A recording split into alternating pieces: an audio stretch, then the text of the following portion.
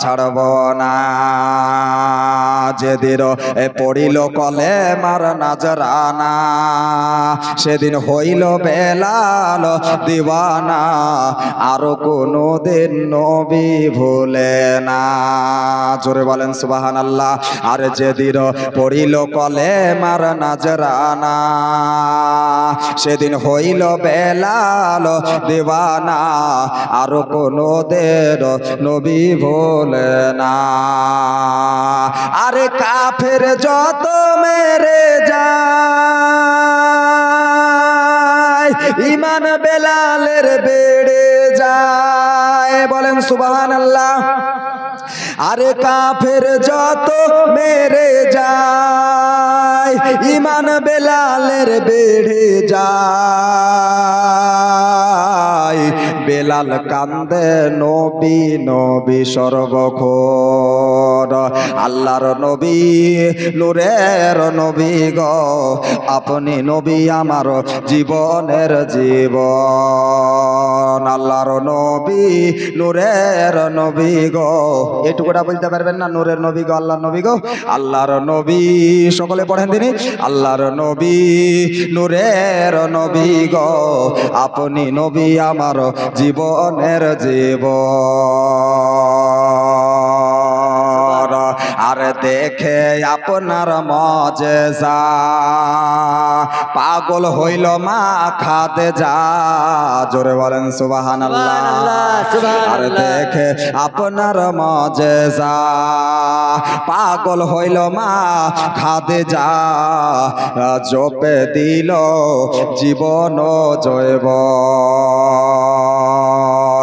আল্লাহর নবী নূরের নবী গো, আপনি নবী আমার জীবনের জীবন। আরে মালো দৌলত যাহা ছিল,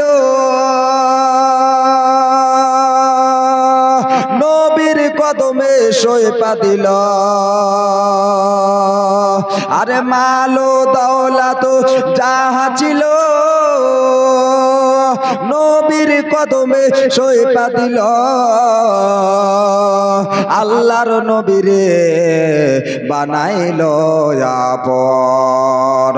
আল্লাহর নবী নূরের নবী গো, আপনি নবী আমার জীবনের জীবন। আল্লাহর নবী নূরের নবী গো, আপনি নবী আমার জীবনের জীবন। বরসরে পড়েন আল্লাহুম্মা সাল্লি আলা সাইয়্যিদিনা মাওলানা মুহাম্মাদ ওয়া আলা আলি সাইয়্যিদিনা মাওলানা মুহাম্মদ সাল্লি আলা মুহাম্মাদিন সাল্লু আলা মুহাম্মাদ। হরদম জবান সেনে কালু পাক নামে মুহাম্মদ সাল্লাল্লাহু তাআলা আলাইহি ওয়াসাল্লাম।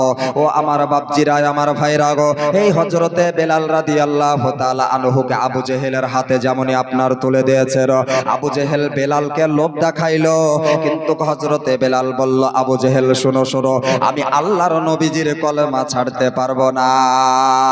আবু জেহেল আপনার ফোন দিয়া টুলু, হযরতে বেলাল কলেমা ছাড়বে না। আজকে মক্কা শরীফের এমন কোন লোক নাই যে আজকে আমি আবু জেহেলকে দেখে ভয় করে না। আর এই উমাইয়া, আজকে এই উমাইয়ার গোলাম বেলাল বলতে আছে কলেমা আমি ছাড়বো না। হযরতে বেলাল রাদিয়াল্লাহু তাআলা আনহুকে আপনার একটি ঘোড়ার পায়ে আপনার বেঁধে দিল। হযরতে বেলালকে আপনার যেমনি ঘোড়ার পায়ে আপনার বেঁধে দিয়েছে, ও আমার বাবা জীবন সোনার লালের আগো, হযরতে বেলালকে ঘোড়ার আপনার রশি বেলালের পায়ে বেঁধেছে, আর ঘোড়ার পায়ে আপনার রশি বেঁধে দিয়েছে। এই করতে করতে হযরতে বেলালকে ফিল্টের মধ্যে আপনার যেন ঘোরাইতে আছে, কত কষ্ট হবে বলেন। হযরতে বেলাল বলেছিলেন, আয় আল্লাহ পাক রব্বুল আলামিন, তুমি আমাকে ধৈর্য ধরার শ্রবণ দান করো গো মাওলা। আজকে আবু জেহেল বেলালের আপনার পায়ে রশি বাঁধিয়ে ঘোড়া কত জোরে ছুটবে বলেন? একটা ঘোড়া আপনার কত জোরে ছুটতে পারে, কত স্পিডে চলবে বলেন? একখান গাড়ি যদি আপনার 100 স্পিডে যদি আপনার চলে, কমসে কম না হলে তো একটা ঘোড়া আপনার 80 স্পিডে চলবে যদি একলাই যদি ছুটে। কি বলেন, ছুটবে না একটা ঘোড়া? ছুটবে। এ হযরতে বেলালকে ঘোড়াটা কি করলেন?